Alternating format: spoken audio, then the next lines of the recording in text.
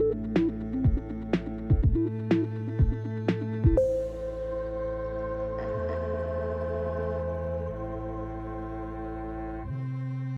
guys, welcome back to releasethecraftin, and welcome back to the second day of Fanguary.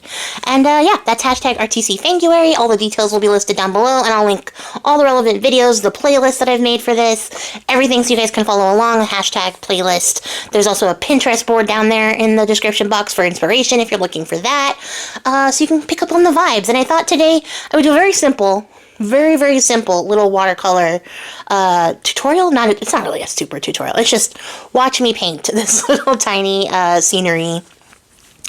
Because the prompt for day 2 is in the dark, and I wanted to do like a deep dark wood, but like spooky. So yeah, I had just busted out my watercolors. I'm only going to use the color black plus my distress ink, not my distress ink, my archival ink. And I'm just going to start out by painting some general tree shapes in the background with sort of a watered down black. And yeah, you could actually do this with as many layers and, you know, as many trees as you want. I only did 2 layers because I was trying to keep it simple for this video. But you could, yeah, you could do it as many layers as you want. You just have to get progressively darker as time goes on. So you have to be very careful with how much color versus water ratio you're using. But yeah, it's very plausible. It's very possible. And you could even do it with acrylic paint. If you wanted to, you just have to be mindful of your values as you're painting it, and keep your layers thin so that you don't see them through each subsequent layer. But otherwise, it would work. And so yeah, that'd be fun. It's something you could do even if you just have distress ink and you don't have watercolor or any kind of paint. As long as you have like an ink that moves in water, it can be done. And essentially all you're going to do is lay down some basic leafless tree shapes in the background. So a bunch of lines, maybe some squiggly branches, and then you're going to let that dry completely so that you don't pick up your color again, and then you're going to go through with a darker color on top. So you could actually do this in a variety of colors. It doesn't have to be black on gray. You could do it in greens or blues or yellows and get a different like ambient sort of effect, but because the prompt is in the dark, we're using black. So I painted my first layer, let that dry. Now I have my second layer going on top, and here I'm going to be more detailed because, like I said, I'm only doing 2 layers. So here I'm going to add in all my branches, and I want this forest to be extra spooky. So I'm not really worried about this looking like actual real-life trees. I'm not really worried about branch structure that much, so much as I'm looking for creepy, deep, dark woods with like little branches that look like they could like pick at your clothes. So that's what I'm going for. That's the vibe. And I think I'm achieving it. And like I said, this is a really quick and easy thing. Anyone can do this. So if you're a little bit intimidated by painting, this is definitely achievable. You can paint a wavy line. In fact, you could probably paint a wavy line easier than you can paint a straight line. So you got this, bestie, you got it.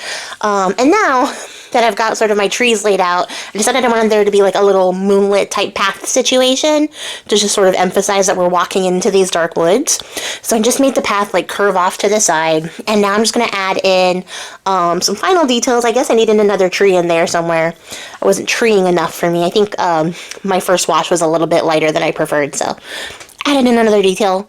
You can definitely build up your layers that way as well, so don't worry if you're not getting the effects you want. You can most likely fix them very easily. Paint is very forgiving. And now I'm going to go through and add some rough foliage details. Anything that's closer to you, anything that you're like looking at first in your pictures is going to be darker than anything that's farther away. So that's the perspective you're working with here. So this shrubbery and this like ground brush is going to be a lot darker than the stuff that's in the back, because it's farther away back there, so we can't see it as well. But up close, we can see it, so we can see all the shadows and stuff. So that's why I'm going to paint the foreground really dark.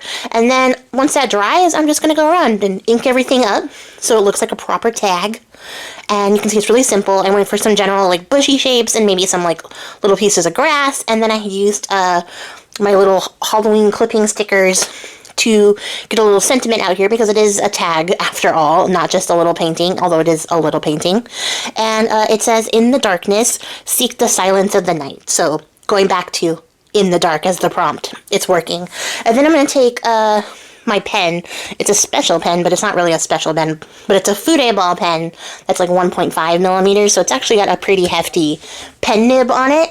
And I'm going to draw little rough, sketchy boxes around my sentiments to make them pop out a little bit more, but also make them look a little bit more intentionally placed. And there you have it. There is our tag for day 2. Simple, straightforward, but I think it gets the vibe across, the mood across, the woods that we're entering, where there might be a vampire or two lurking. So yeah, this could be it for me, guys.